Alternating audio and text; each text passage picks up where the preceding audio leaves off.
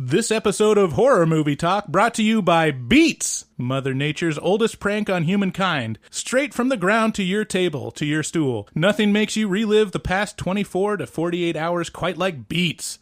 Introducing unsuspecting millions to the existential dread of internal bleeding since time immemorial. Buy Beats today at your local grocer.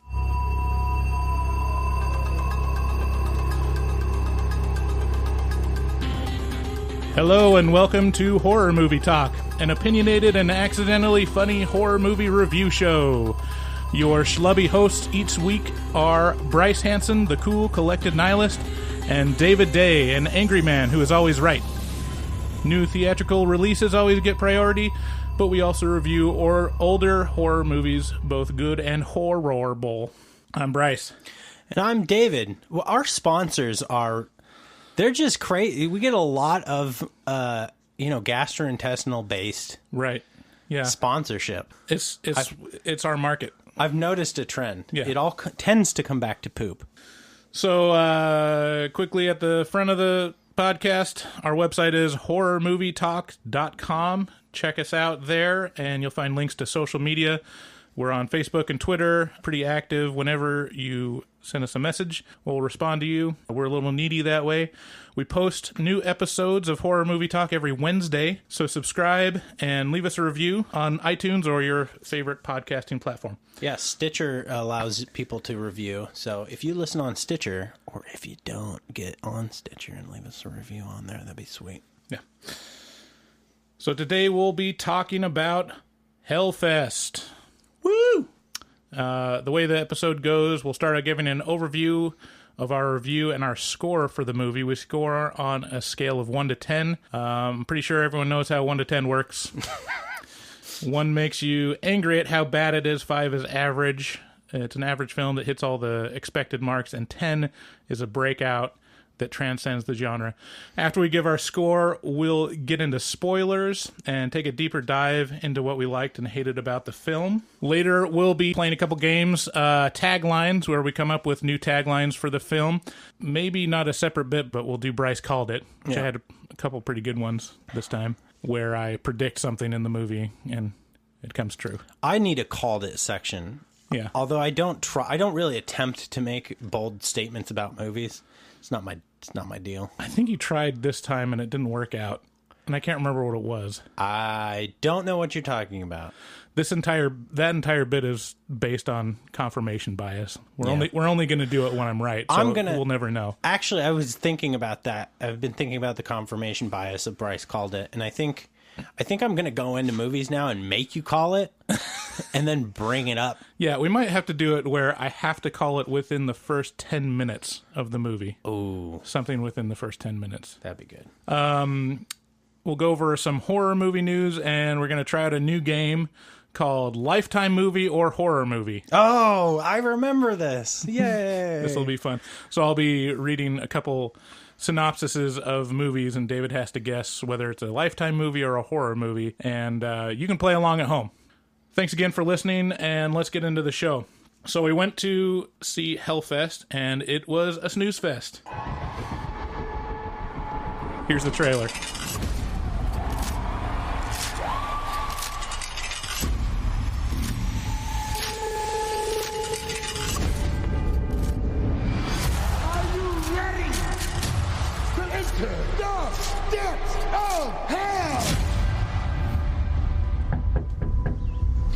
Nat? Oh my god, you're here? What? It's Halloween. I got us VIP passes to Hellfest. What is that? It's a traveling horror night. Has horror mazes in it. We will totally lose it in there. It's going to be fun, right? Why are we signing a waiver? Well, because the liability is, hey, bitch. A couple of years ago, some girl got totally gutted. Killer left her body in the park for 3 days. They thought she was a freaking prop. Some people are just evil. They walk among us. Shut up! Yes, we get it. You think you scared me? No. Move. Look, the more scared you seem, the more they're going to come after you. You have to just play it cool. Help me! Please help me! You can just do it. That was insane, right? Yeah, real.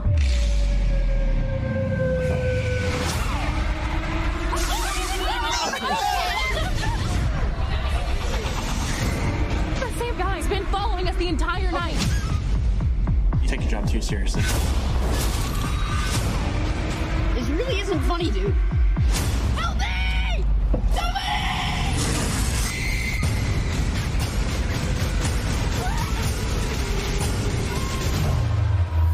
You came here to be scared, right?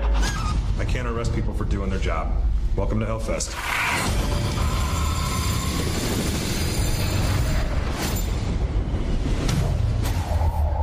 Hello? Hey, can you let me out of here?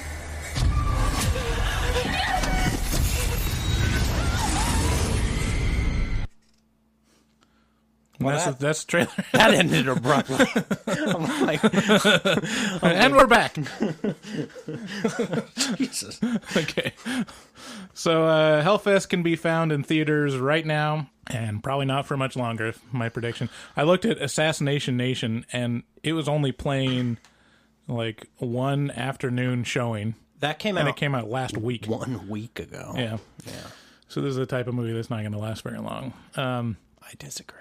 Hellfest is a traveling horror night, if that's a thing, that rolls into town, and a group of friends get VIP passes to go and enjoy the spooks. So think haunted house, but it covers an entire theme park. Little do they know that hidden among the park employees is a masked killer that picks off visitors that aren't scared. Hellfest is directed by Gregory Plotkin, and I think he took a huge Plotkin on the slasher genre.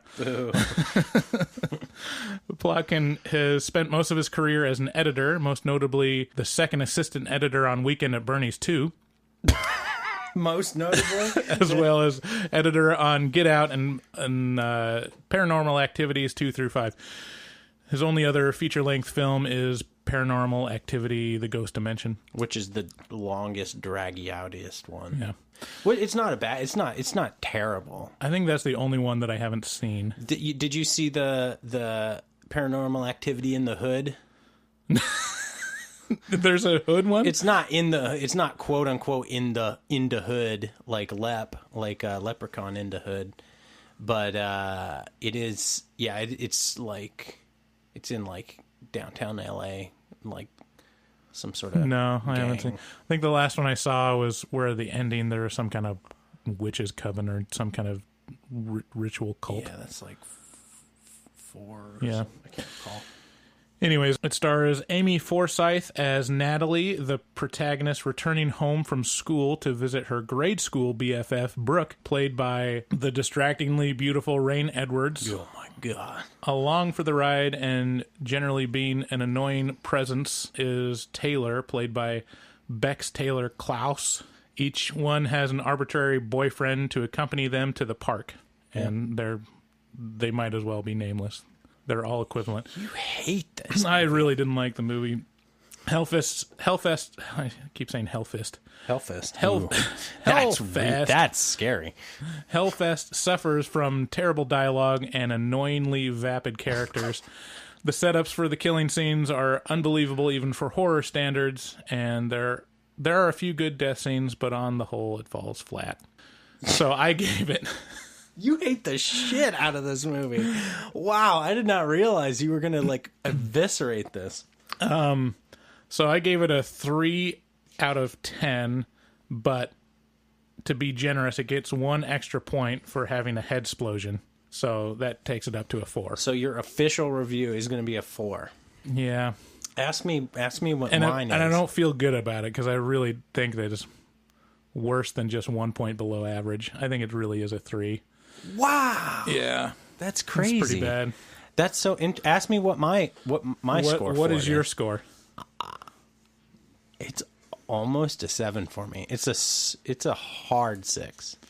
That is crazy. It's almost a 7.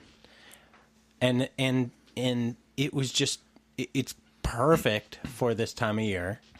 It's you know what it is? A lot of it is it was very fun. Like the setting was so cool. It does the thing that I always want movies to do, which is it gives me it makes me hope that someplace like this exists on Earth. You know, like here's a park, a whole theme park with millions and millions of dollars worth of scary animatronics and people being paid to like run up and scare you, and just tons of people having a good time. And like it's bigger, it's large, it's a larger than life scenario that could never happen in real life. It wouldn't have this kind of energy in real life. Mm-hmm. But that's what I really like about it a whole lot is the setting and the premise. And, you know, I don't think it was acted too bad.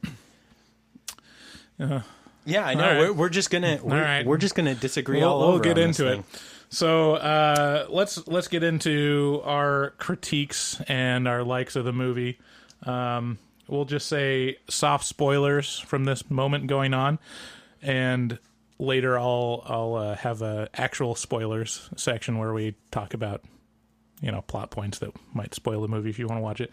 If you kind of want to, if you don't want to hear anything about the movie, you can skip forward to later. Let's put it this way. It is a slasher. This is a standard slasher. Mm-hmm. So that's pretty much all you need to. That's not past that. Nothing can really be spoiled for you. Right.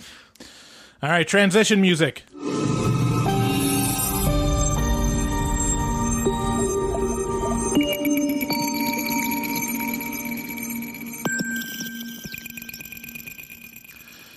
Okay, so the setting of it is this generic haunted house with literal jump scares. I mean, it covers the whole theme park, but it's just like what you would go through if you were at a Halloween haunted house, going through a maze and having people jump out at you. I went through a generic haunted house today.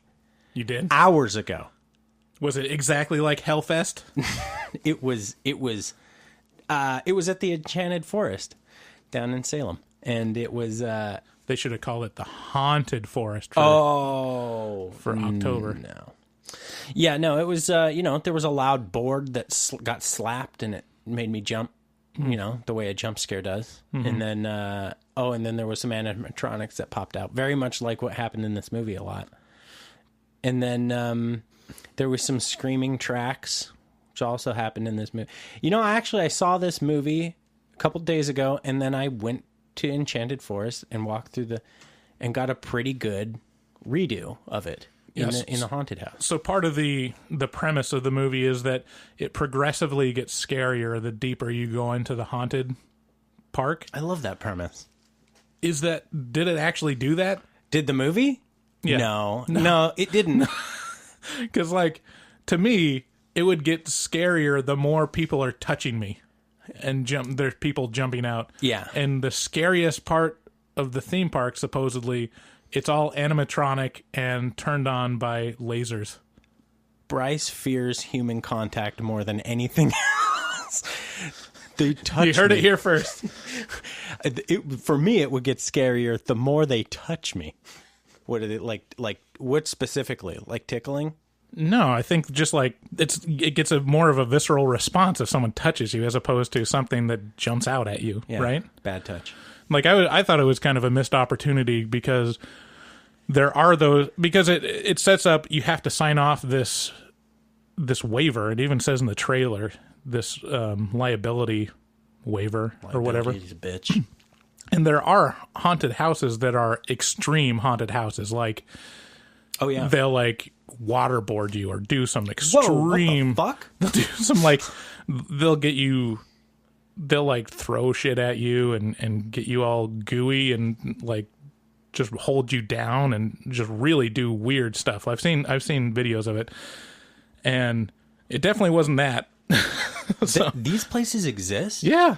Wow. Yeah. What? I mean, there's one, I think there's only really like one that really tries to do it, but it has a liability waiver, and I can't think of the weird stuff that it does, but I mean, it shows clips of people actually freaking out, like terrified. Having panic attacks? Yeah, and stuff? like having panic attacks and stuff. Wow. Yeah. It's what? So I was expecting that. So that might be just, to me, a wasted opportunity, so I'd look down on it. If anybody's listening who knows of these things, I've never... I've heard of your standard, like, you know, seasonal spook houses that pop up in, like, you know, stadiums and stuff like that, but I've never heard of something that extreme. Yeah. Anyway. You said you liked the acting. I thought the acting was bad. Very bad. Why do you think it was bad? Well, first, the writing was terrible, but also just the acting was like, okay, one of my Bryce called it moments. I don't have my theme music, but let's just do one of the Bryce called it things was I turned to David and said, I bet she was a child actor on Nickelodeon or Disney Channel, talking about Rain Edwards. Rain, yeah. Because the stunningly gorgeous ones. all of the main cast just were way overacting and like flailing and stuff, and everything was way too happy and just overacted. It was just a bit much, you know. It did not feel like genuine. A bunch of enthusiastic young 20-somethings who were kind of horny and excited to, you know, go to a theme park and get scared. It felt very on point for that. But I think what you're forgetting, and this may come back to you hating, you know, like interaction with people, is this is like every group of 20-something-year-olds that I've, like 18 to whatever 23-year-olds that I've ever seen. They're unbearable to be around, and they're very much like this. And if you go to one of these parks, yeah, I mean, it did a pretty good. I mean, that was one thing that I was like, okay, this is definitely, I'm not the target market for this. It's for kids this age. Yeah. Kids in their 20s. But yeah, I mean, that's when I talk about the characters being very vapid. It was a lot of the dialogue was just, oh, so you couldn't reach out and grab me. I guess we're doing that now. Yeah. Just that type of dialogue of just, I'm observing and I'm going to state it. I'm observing with my voice. Yeah. And anyways, I called that she was a child actor, and I was totally right. What was she both appeared on a Nickelodeon show and a Disney Channel show. Damn. Yeah. Almost the trifecta. You could just tell it from the act. I mean, if you watch any of those kid shows on Nickelodeon or Disney Channel, like flipping by, just observe the type of acting that they do in there. It's that type of acting in this movie. Huh. Yeah. Yeah. No, that's accurate. I mean, it did feel like, you know, it felt like All That. Remember All That? Right. It felt like that. But, yeah. But, you know, with about 10 extra years on all the actors, you know? Yeah. To me, that's the real nightmare. So yeah, for example, it could go the other way. It could go the other way, and that's my problem with a lot of slashers is it goes too far in the opposite direction. Like that's why I don't like about Rob Zombie films is it goes way too far in the other direction, and it just feels like somebody's putting cigarettes out on you all the time, and it's like okay, I mean. Right. It doesn't need to be this. It's yeah, you're right though. It is on one end of a very severe spectrum. Yeah. So I mean, very early on in the movie, this is one of the parts that I laughed at both the writing and the delivery of the acting was, shit, another scare. It's like the very first killing, and the villain shows up, and they just get surprised, and it was just shit, another scare. Wow, that was pretty much how she said it. You're really keyed into things a lot more than I am. I might be suffering from dementia or something. Right. I think I'm losing my mind because I just don't pay that close of attention to anything. So we mentioned Rain Edwards. We want to be delicate for our female viewers, of which I don't know how many there are. I dare the female viewers to just Google Rain Edwards really quick and don't be stunned by her. I dare you. It was distracting. And I know towards the end of it, neither one of us cared at all about the protagonist. We really did not want the character that Rain Edwards please be okay. played to die, because that would have just been... I would have walked out. Was this PG-13 or was this R? I think it was R, but it's a pretty light R. Yeah, it's a really light R because I was expecting boobs. Yeah. At least. I know. There was none of it.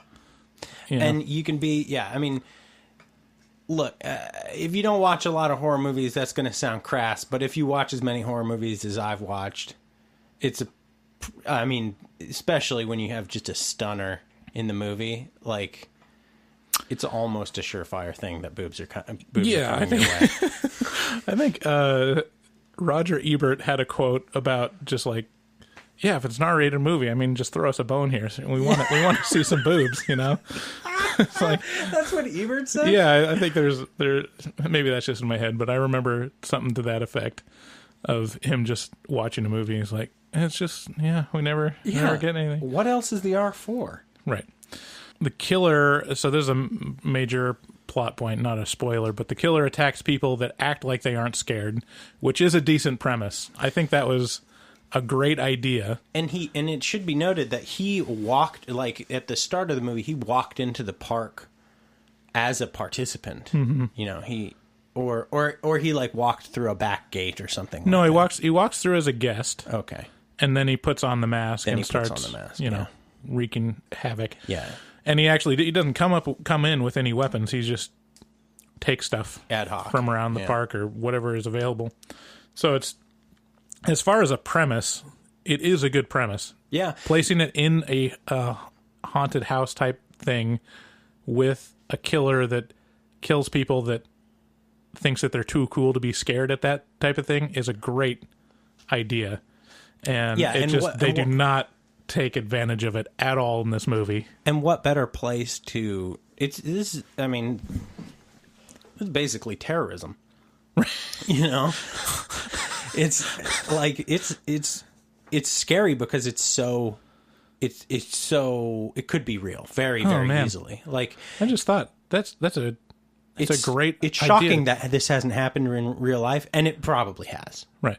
I just realized, has there been a horror movie that featured just terrorists as the villains? I don't know. Man, that would... Oh yeah, that would be a great horror movie. That would be pretty good. What's our premise here? I don't know, like a high school prom, and Al Qaeda or ISIS comes in and takes it hostage. No, just like a high school. Oh man, that'd be that would be bad. That'd be like glorifying.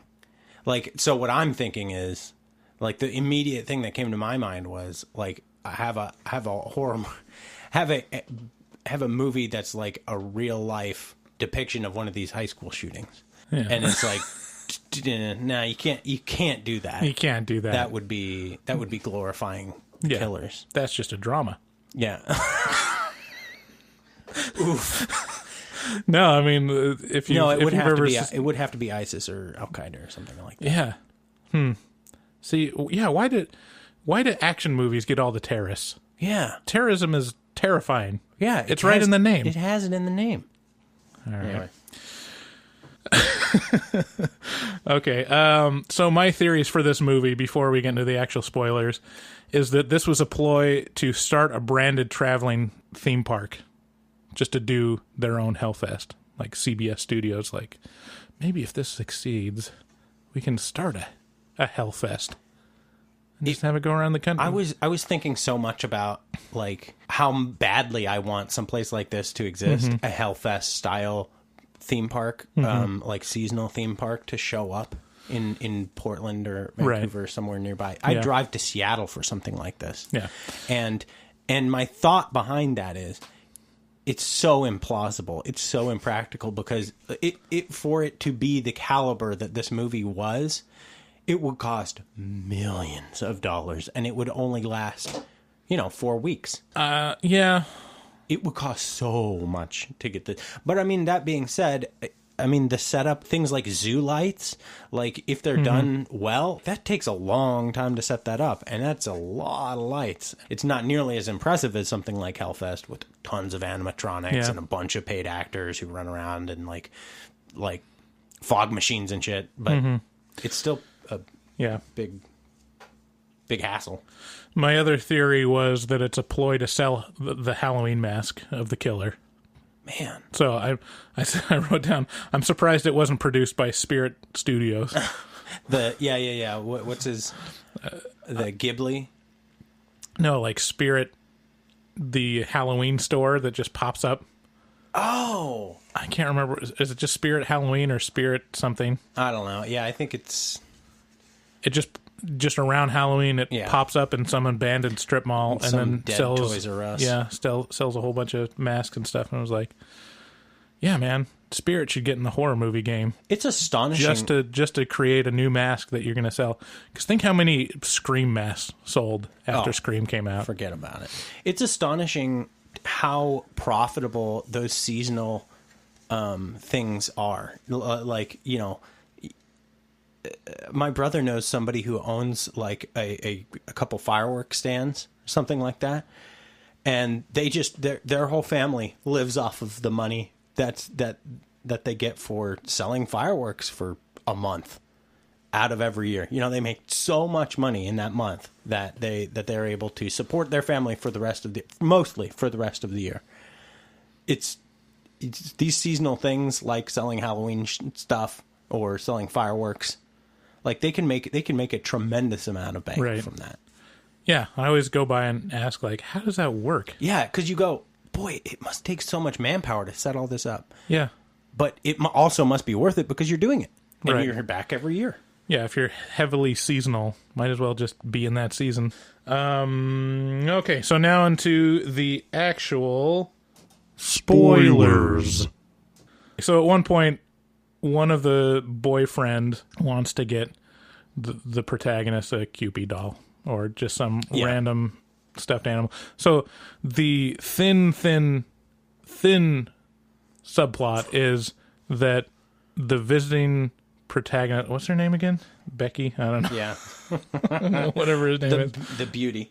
Or no, the Not protagonist. Brooke. Yeah, the protagonist. She comes into town, and there's a brief talk before they go of this guy that has the hots for, and they're totally going to do it. So that's the subtext. And he goes off because he's terrible at carnival games, and his master plan is to get the girl a stuffy. And he asked the carnival worker, "Hey, bro, can I get one? I spend like $50 At this stand. at this stand." This ring toss stand. And the guy replies, "Nah, Nah. I'd lose my job." To which boyfriend goes, "Okay." Yeah. That And then he was walks- unnecessary. It was kind of amusing. Then he goes and goes into like the storage area, and he's going to steal it. And then that's when the killer shows up and beats his head in with a giant mallet, which is the best death of the entire movie. His Yeah. head explodes. Yeah. Yeah, it was great. That's the best part of the movie. Yeah, he tees his head up on one, you know, on like a test your strength, kind of like use a mallet to test your strength, and then he just Right. Yeah, and then there's one point in the movie where this is where it starts getting unbelievable. The killer is like following him around and doing stuff, and they call the police, which, you know, makes sense. And the police shows up. Came here to be scared, right? I can't arrest people for doing their job. That's the cop. Yeah, so the cop says, "Can't arrest him. He hasn't done anything wrong." But I mean, he grabbed her hair and assaulted her in a bathroom. Yeah. I mean, that is assault. He could have done something. Bryce, you know, what am I going to do? I think it's an accurate portrayal of some cops. I mean, I guess. I mean, maybe if he's a security guard or something. Hey, they stole my laptop. Can't you do anything about it? Yeah, I can tell you your laptop's gone forever. What about some police work? You going to do any of that? Yeah, okay, kid. Okay, so let's get into my main beef. So it's very unbelievable that the park is stuffed to the gills with visitors and employees. So it's basically like Disneyland. One of the main plot points is that they get VIP passes to skip the massive lines. And it shows these massive lines, and it even shows some of the VIP lines are very long. Except when the killer is chasing them, then it's abandoned. There's no one around. Yeah, I guess it does thin out a little bit. Yeah, but this is your main beef? Yeah. Like your main beef are continuity errors? It's not continuity. It's like a basic premise of the location. Yeah, it felt to me like my explanation of it is the park is vast. It feels large and confusing and intentionally puzzle-ish, you know? I mean, you just went to Enchanted Forest. How crowded was Enchanted Forest? Pretty darn. And that is a very, very lightly, trafficked theme park. No, it is not. It is a very popular theme park. I mean, compared to Disneyland or something like that. Something that would be, lines up. Was there a line to get in? We showed up right at opening, so no, not really. Oh, yeah. But Well, yeah, look at you. Yeah. Were there lines on the rides? Yeah. So, like, how long was the wait? Not long. Like minutes. 3 or 4 minutes. Right. Yeah. So it looked like this place is, over 10-minute wait, to get through. Anyways, and then it's just abandoned whenever the killer's chasing them. Yeah. Where if they screamed, no one would hear them. But, I mean, I guess if people screamed, you would just assume they're scared. But yeah. It's a great place to go kill people, and you shouldn't do it. Thanks, David. Yeah, well, I mean, if there's a liability thing, I'm not going to be part of it. So at one point, they're running away from the killer, and this is at the end. They get distracted. That's the other thing. Yeah, so they're running away from the killer, scared for their lives, but they still get distracted by the spoopy scares from the maze. Yeah. Like something jumps out at them. They're like, "Oh my gosh, what is this?" And then they examine the room of the haunted house, and they're like, "Whoa, what do I make of this? Like, it's fake. Keep running." What do I make of this room of heads? And it's like, it's a room of heads, you idiot. You're in a Halloween park. If it was anywhere else but here, it would be scary. Yeah. But it's not. It's in the haunted house. Common place here. Yeah. So they take 10 Mississippi to pause and look at the room. And when they get out to a room with a bunch of reaching out hands, so it's one of those hallways where people are reaching through spandex. Yeah. Hands reaching out and touching you, which normally would be spooky. But if you're getting chased by a killer...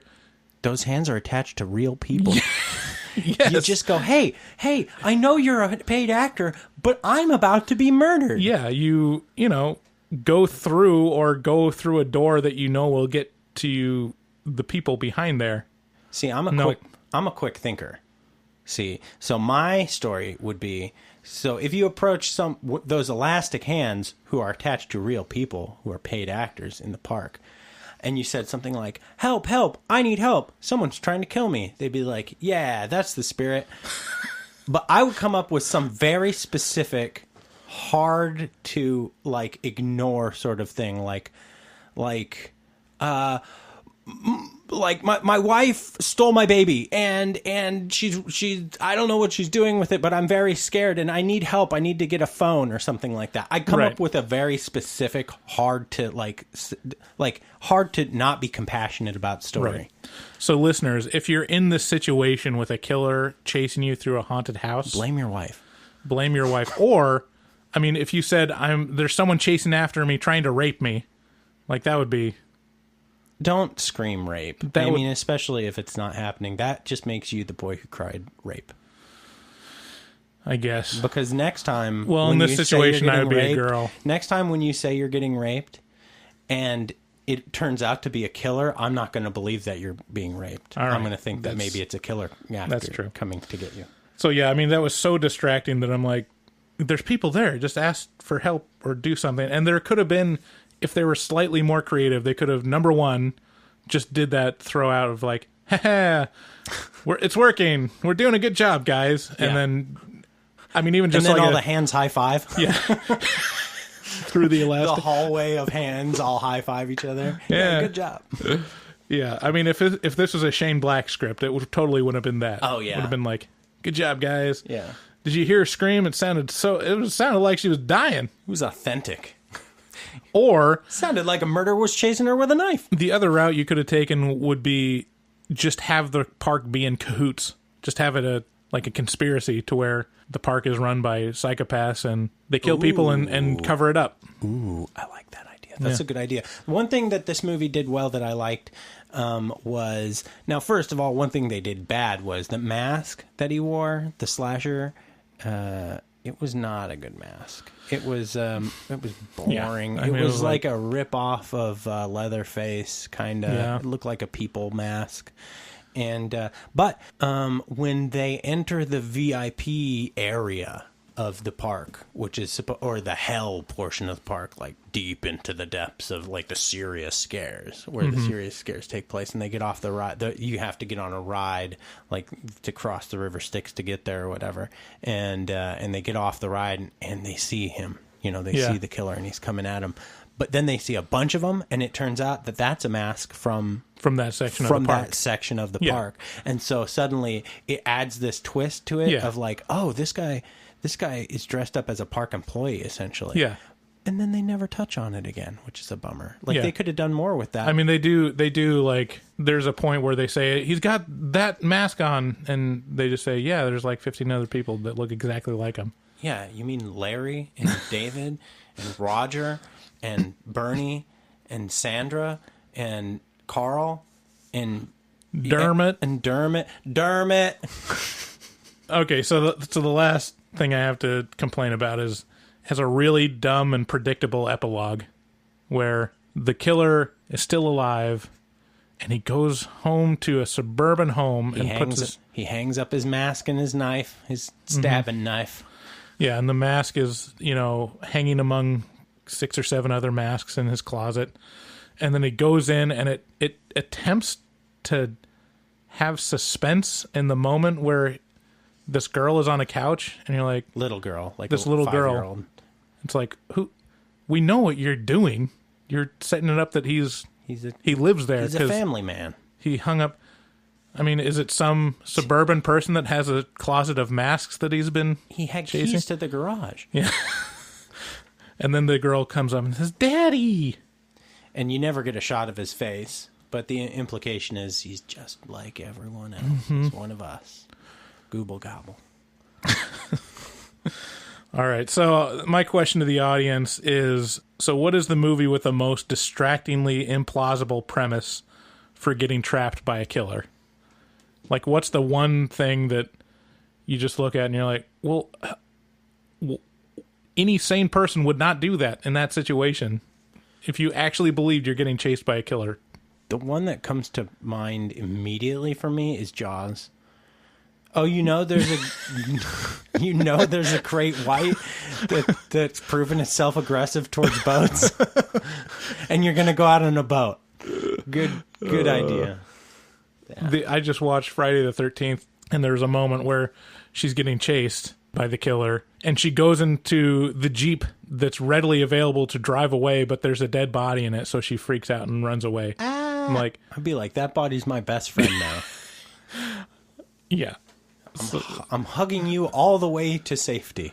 I mean, there's an acceptable range of, I mean, if you want this girl to be killed, you got to have her run into the house instead of run towards people. Yeah. But there's a point at which you just go, that entire premise doesn't make any sense, and it takes me out of the movie. So what's your line? What trapped situation took you out of the movie? So final recommendations for Hellfest. Who would like this? I think, this is a very serviceable seasonal slasher for Halloween. Like, if you want to get in the mood for Halloween, or I don't know, get excited about Halloween, I had a pretty fun time at this, and I don't like slashers very much, but I like this. Yeah. So, I mean, I definitely 4 out of 10 isn't bad, because I could see watching this and having a lot of enjoyment making fun of it. Yeah. Because it's easy to pick apart. And Rain Edwards is so nice to look at. Like, did we mention that she's very pretty? Yeah. So, I mean, I would recommend, if you're in your teens and you don't know any better, you might like this. Hey, well, you can't say that. If you're a teen, are you instantaneously offended by this suggestion that you don't know any better? Let us know in the comments. It feels, Excuse me, sirs. I'm much. as far as seen in the theaters, I wouldn't recommend it. It feels like like a Netflix quality movie. You should wait until it is on Netflix or something to watch it. I mean, as much as I hate to admit it, no. I'm gonna say go because It's worth $12. It's almost a 7 for me, Bryce. Oh my gosh, that's like the same score you gave Predator. No, This is as good as Predator. I gave Predator an 8. All right, It's almost as close as Predator. I didn't give this a 7. I gave this a strong 6. This is just a strong 6 for me. All right, moving on. Today's taglines brought to you by Ruble Shave Club. You don't need fancy speed-themed multi-razor. Shave Soviet way with USSR surplus razor. Why waste 98.5 cents on competitor product with redundant blades and capitalist agenda when our razor just as good? Just rub off rust on state-issued pants and wet with vodka. Is good enough. Sign up for Ruble Shave Club today. Is mandatory.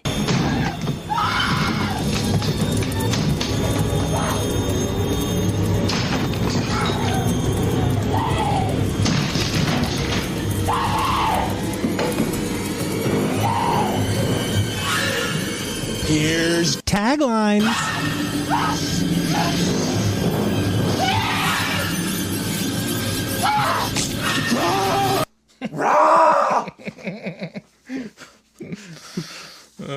Okay, so we don't have a ton of taglines, but Hellfest was hard to come up with taglines for because it was so unnotable.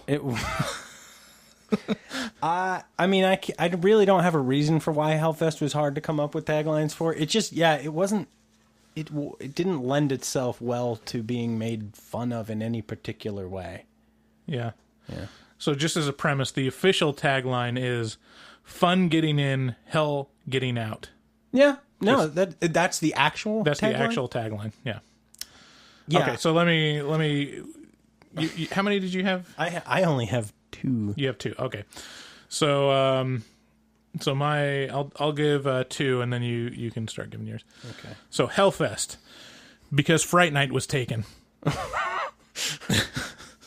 Hellfest, fun getting in, hell sitting through it. Oh. This one will be funny if you've heard previous episodes.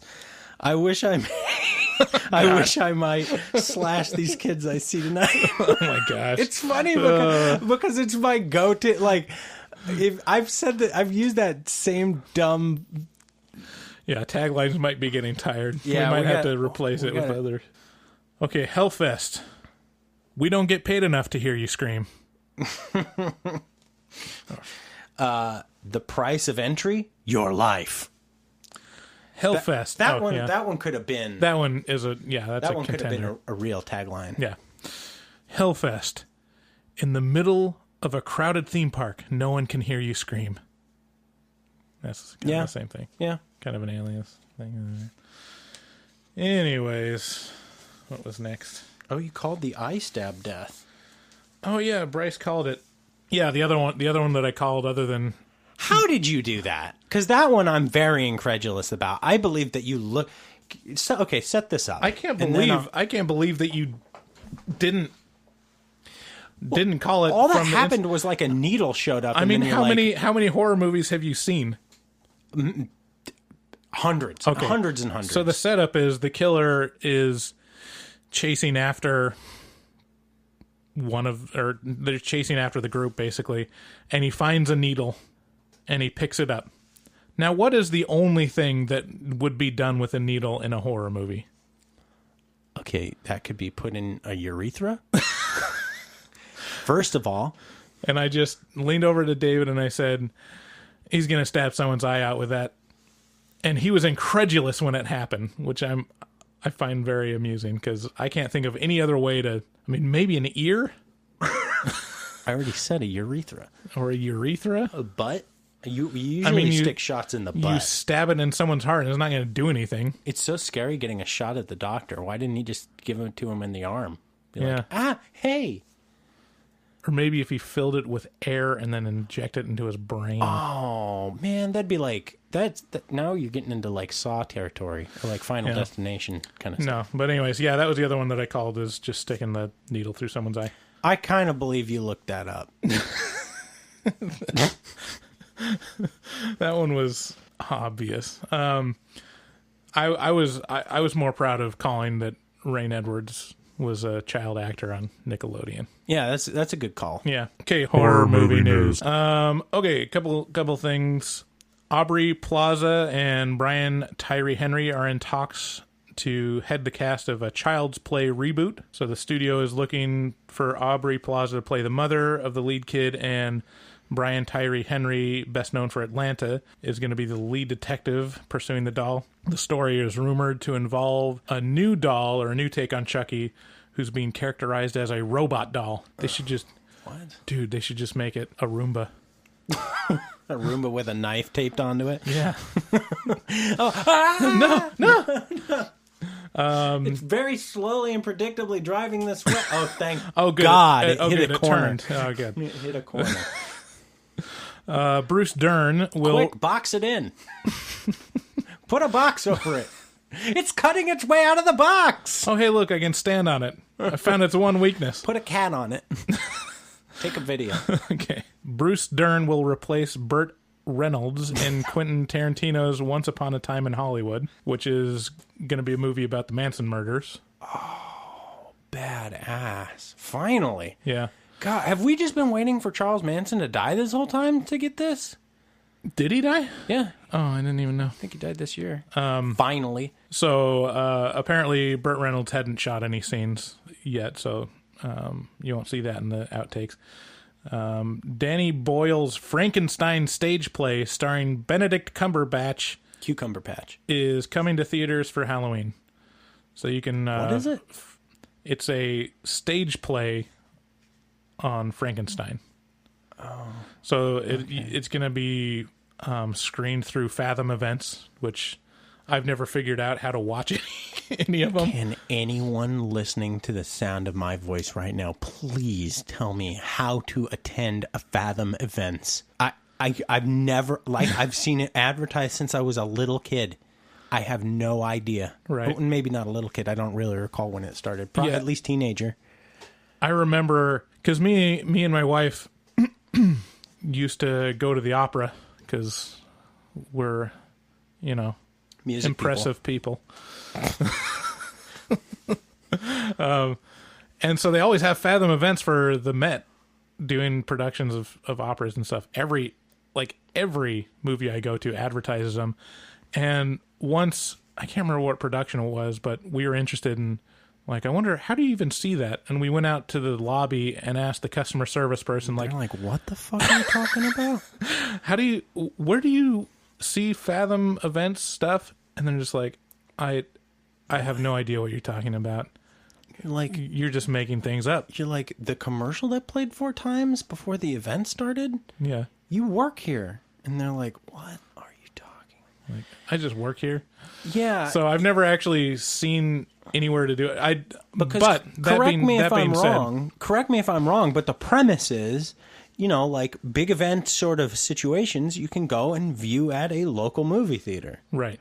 Right? So, a big boxing match or something like that. Right. Will occasionally, get on Fathom Events or, an opera or something. Right. I think I did actually... I found a Fathom event that I was unreasonably excited about. I think it's this week. Is they're showing the original animated Transformers movie through Fathom Events. And I had to look it up where it was playing, and it's all down. It's well past Portland. It's like Bridgeport or something like that. I mean, wow. There's nowhere. I mean, it didn't seem like there was anywhere in Portland. It was all like Beaverton or, the listeners in the UK are really eating up this reference. Oh, yeah. But it's like 20 miles away or something, and away from a relatively major market. It feels like. By the way, shout out to the UK. Yeah. For real. I had no idea y'all be listening to the sound of my voice, but I checked our stats. We've got 8 downloads from Sweden. Yeah. And steady, too. Yeah. Like, yeah. Swedes, UK. you can look forward to The Ritual. UK and the Swedes. They didn't actually shoot it in Sweden. They even didn't? though it was about, no. Oh, all right. But it is about Sweden, so. Oh, yeah. So, anyways, it's a stage play starring Benedict Cumberbatch and some other guy. And Cucumberbatch. They apparently switch roles. One of them plays the Dr. Frankenstein. One of them plays the monster, and they switch it. Yeah. Anyways, if you're interested in that, you can figure out how to get to Fathom events, because we can't. I think this is the last one. I know you'll want to talk about this. Lionsgate's Hellboy has been pushed back to a later 2019 release date. So they're planning on releasing it January, but push it back to April. So the director, Neil Marshall, who directed The Descent, is going for a much darker tone than Guillermo del Toro did with the upcoming Hellboy, and they're looking for R rating. Yeah, I mean, so Hellboy, like the comic, is probably my favorite comic. Mike Mignola's art is just amazing, and everybody who he's had over the more recent couple of decades who's picked up his picked up the torch for his art has been amazing. Richard Corbin and Dave, I can't remember the other guy. Anyway, I love all the Hellboy comics and stuff, and I like the movies. I like the Guillermo del Toro movies. I'd love to see something real dark. They always the reason I like it is because they always cover, the strange and macabre, real life stories, myths and all that kind of stuff. So it'll be good. So have you heard anything about the reboot? Oh yeah, I've been kind of following this because it's been sanctioned. This is anointed by Mike Mignola, whereas The Shape of Water is a clear ripoff of one of Mignola's, a spinoff from Hellboy, which is Abe Sapien. That was Guillermo del Toro who did Shape of Water, and he just clearly ripped off Abe Sapien, and even some of the backstory. Interesting. So this reboot's going to be starring David Harbour, which plays the sheriff in Stranger Things. So David Harbour is going to play. Oh, he's Hellboy. good. Also starring Mila Jovovich and a bunch of other people that I don't know. Ian McShane, I recognize. Professor Bloom. I haven't seen her since the last Resident Evil, whatever it was, Apocalypse or whatever. Yeah. Well, she's got to go find a job now. They haven't been making any of these. Yeah. All right. Last bit. I'm very excited about this game.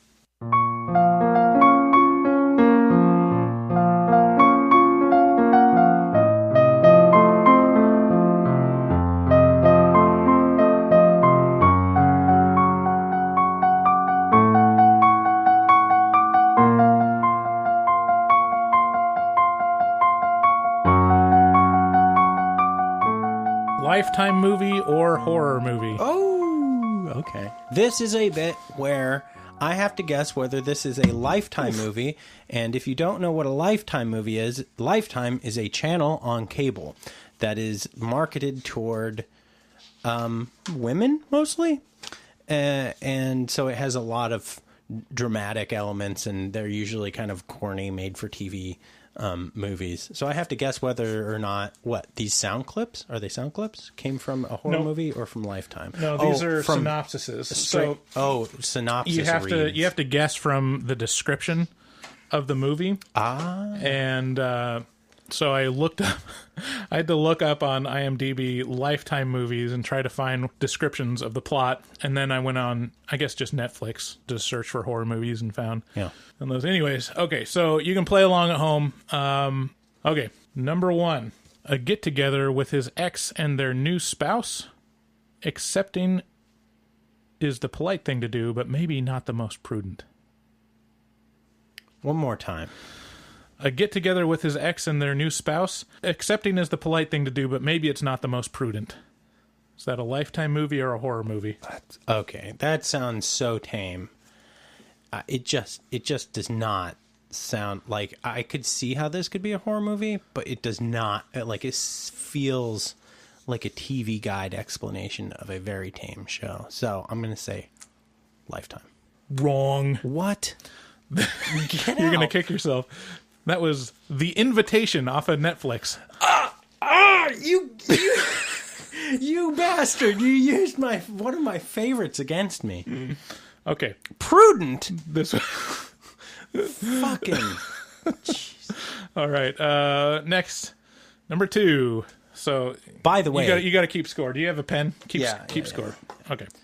So whenever you get one right, I can go back and when I'm editing, I'm going to hear whether you're right. I'm going to try to cheat. Number 2. She's alone, abandoned, trying to survive on her own at the family home, and she's trapped inside with a monster. See, this is a trap because this is made to so intentionally sound like a horror movie that it has to be a Lifetime. So I'm going to go with Lifetime on this one. Horror! What? That's from Stephanie on Netflix. That one's great. I tried to pick ones that were really close because the Lifetime movies, if you don't know... This is really hard. Lifetime movies, a ton of them are like domestic abuse stories. Yeah, whodunit. Yeah. And whodunits and domestic abuse. Yes. All right. 0 for 2. Okay, number 3. A young married couple find their relationship and their lives threatened after a beautiful and dangerous seductress moves into their pool house. I'm kind of getting a little bit of PTSD here. This seems pool house. I'm trying to think of a movie where someone moved into a pool house and then wrecked a marriage. But I can't. Don't overthink it. Like, all of these are ones that you probably haven't seen. Okay. Well, I saw The Invitation. Oh, yeah. And in fact, it's one of my very favorite movies. I'm going to say Lifetime because it just sounds so boring. That's no. Nothing evil here. We're peachy keen. That was a Lifetime movie. That was... So I got it. Yeah. Yeah. I don't have a good drop for that. That one was Ties That Bind, 2006 Lifetime movie. I got one. Okay. A husband and wife begin to suspect that their newly widowed neighbor may have a serious dark side. Newly widowed neighbor may have a serious dark side. Huh. I'm going to have... Oh, man. It feels like you're trying to get me to... I'm so mixed up right now. I'm like a pretzel. Mm-hmm. I got pretzels in my head. I guess I'm going to go horror because... Oh, God damn it. It's a Lifetime movie. God damn it. What is it? That one was My Neighbor's Secret. I don't have the year for that. I was going to go, like, at this point, I'm, like, double backtracking on myself. I love this idea. I love that I came up with this.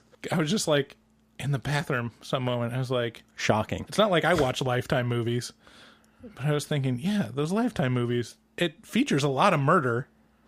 Yeah. And they could be definitely horror movies. Yeah. Okay, let's just do the last one. We did 4, so let's do 5. Last one. Oh, yeah. This is a really close one, too. A new family moves in next door, and they seem a little off. When in doubt, trust your instincts. A new family moves in next door, and it feels off. So you have to trust your instincts. This sounds like Disturbia. Wow. Which is I think that was a remake of something else, like Rear Window or something like that. I'm gonna go with horror. Horror! You are correct. You get 1 point. That one was Playdate on Netflix. Okay. All I right. don't know what that is, but all right. Yeah. So 2 out of 5 ain't bad. That's Which one did you get? 50%. I got the third one and the last one. Okay. I'll have to go back to the tape. I thought you only got one. Wow. But you could just take it. You could just take it from me. What are you going to do? All right. Thanks to everyone for listening. Please share the podcast with a friend if you dig it. If you go to any horror movies with a group of friends or an old pal that you don't see anymore, and this is why you listen to us, because you crave, discussion about horror movies. Share it with that guy. Yeah. Or girl. Or gal. whatever. Let them know. Yeah, share it with a friend. Visit us at horrormovietalk.com. You can get all our links there. Let us know what you think. Leave a comment on this episode's post on our website, or you can just leave us a line on Facebook or Twitter. Special thanks to no one. We did it all ourselves. We're above everyone now. Yeah, I didn't have anything written down. Anybody who hits us up on social media, anybody I talk to, anybody you talk to. Yeah. So thanks to me. Yeah. Oh yeah, no, there's a guy on Twitter that watched The Evil Within off of listening to our podcast. Yeah, Bearded Horror at Bearded Horror tweeted us and said that he watched The Evil Within off of listening out to our Evil Within episode. So thanks for the shout out on Twitter. I'm glad you sat through that and thought it was interesting. Yeah, it looks like it's at Bearded Horror _. Oh, okay. Yeah, there you go. Yeah. So thank you, Bearded Horror. He said that movie was weird, but not great. Yeah, I agree. That sounds like the movie that I watched. Not bad, but not great. Yeah. Yeah, and that's exactly what we'd agree on. Strange in the extreme. Yeah. All right. Again, thanks. And that was Horror Movie Talk with Bryce and David. Bye. Bye. Bye.